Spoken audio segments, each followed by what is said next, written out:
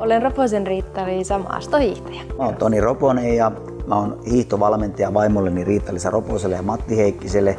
Sen lisäksi toimin myöskin täällä C-Moren kanavapaketilla. Voi seurata, olen asiantuntija sekä yleisurheiluun että hiihtoon. Haluttiin semmonen toimiva hyvä ratkaisu ja varsinkin tänne ääriolosuhteisiin merenrannalle vähän keskustataajaman ulkopuolelle, niin tämä systeemi toimii erittäin hyvin. Meillä oli käytännössä se iso paketti, että haluttiin kaikki kerralla, että on oikeasti kaikki elokuvat. On myöskin sarjoja, joita sitten meidän nuoriso tykkää katsoa ja sitten erittäin laajasti niitä urheiluja, mitä me halutaan. Me rentoudutaan elokuvien parissa, koska me tykätään itse asiassa ihan mobiilin kautta katsoa jopa illalla sängyssä, että me ei tarvita kuin se 2 tuumaa, niin me nähdään ihan hyvin. No kyllä mobiilisovellus on meillä käytössä ihan joka päivä.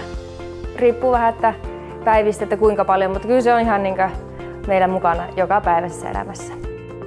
Esimerkiksi pitkät automatkat voi katsoa jo elokuvia ja tosiaankin se kulkee mukana koko ajan, kun niin hyvä netti nykyään joka paikassa. Kyllähän se helpottaa, että sä voit katsoa silloin, kun sä haluat, pistät päälle elokuvan silloin, kun haluat, eikä tarvitse tulla tähän ruudun ääreen. Ehdottomasti voisin suositella.